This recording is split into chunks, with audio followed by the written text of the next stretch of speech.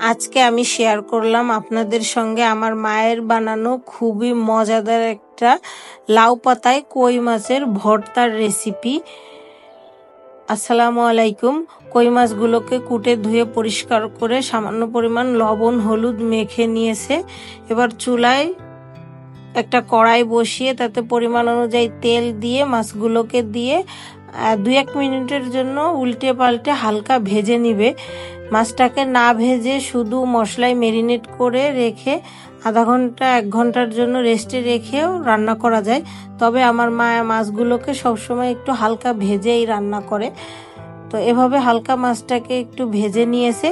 এবার মায়ের হাতের লাগানো লাউ গাছ থেকেই ছোট বোন একদম তাজা তাজা টাটকা জালি পাতাগুলো ছিঁড়ে নিচ্ছে। সবগুলো পাতা এভাবে করে ছিঁড়ে নিয়েছে।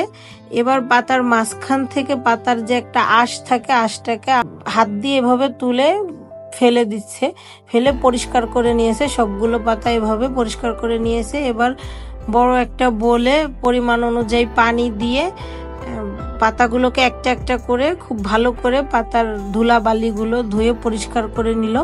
এবার পাতাগুলোকে একটা বড় সাইজের জালিতে ছড়িয়ে পানিটাকে শুকিয়ে নিবে। এদিকে চুলায় একটা কড়াইতে মা পরিমাণ অনুযায়ী পেঁয়াজ কাঁচামরিচটা দিয়ে হালকা তেলে ভেজে নিচ্ছে। সামান্য পরিমাণ হলুদ দিয়ে দিল, এতে কালারটা সুন্দর আসে। দিয়ে একটু নেড়ে চেড়ে ভেজে নিয়ে একটা শিলপাটায় নিয়ে নিয়েছে। শিলপাটায় নিয়ে এটাকে হালকা ডলে বেটে নিবে। এটা পুরো মিহি করবে না, একটু ছাবা ছাবা করে বেটে নিয়েছে। এদিকে পরিমাণ অনুযায়ী জিরা বাটা, রসুন বাটা আর ভেজে রাখা মাছটা একসঙ্গে নিয়েছে।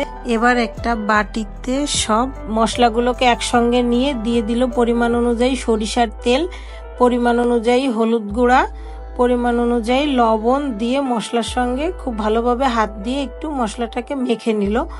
মেখে এবার দিয়ে দিল পরিমাণ অনুযায়ী শুকনা মরিচ গুঁড়া, দিয়ে আবারও একটু মশলার সঙ্গে হাত দিয়ে মেখে মশলাটাকে একটা সাইডে রেখে বড় সাইজের একটা প্লেটে এরকমের 2টা করে লাউ পাতা বিছিয়ে 2টা করে মাছ নিয়ে মশলার ভিতরে একটু মশলা মাছের সঙ্গে মেখে নিবে। এভাবে করে মেখে লাউ পাতার মাঝখানে দিয়ে দিল। এবার উপর দিয়ে আরও একটু মশলা দিয়ে মাছটাকে ঢেকে দিল। ঢেকে দিয়ে এবার হাত দিয়ে পাতাগুলোকে মুড়িয়ে খুব ভালো করে মাছটাকে টাইট করে সিল করে দিচ্ছে। লাউ পাতা দিয়ে মাছটাকে এভাবে করে সিল করে দিল।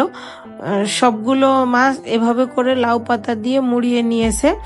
এবার চুলায় ভাত রান্না করতেছিল।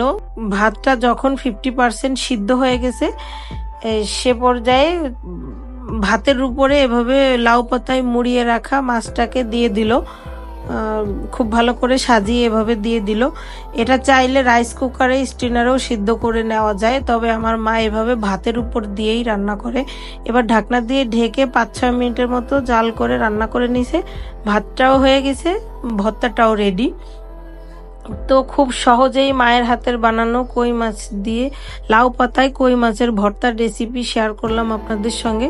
আপনারাও চাইলে এভাবে রেসিপিটা ফলো করে ট্রাই করতে পারেন, খুবই মজা হয় এটা খেতে। তো ভিডিওটা ভালো লাগলে অবশ্যই শেয়ার করে দিবেন। যারা ইউটিউব থেকে দেখছেন প্লিজ চ্যানেলটাকে সাবস্ক্রাইব করবেন। তো সবাই ভালো থাকবেন, সুস্থ থাকবেন। ভিডিওটা শেষ পর্যন্ত দেখার জন্য সবাইকে অসংখ্য অসংখ্য ধন্যবাদ। আসসালামু আলাইকুম, আল্লাহ হাফেজ।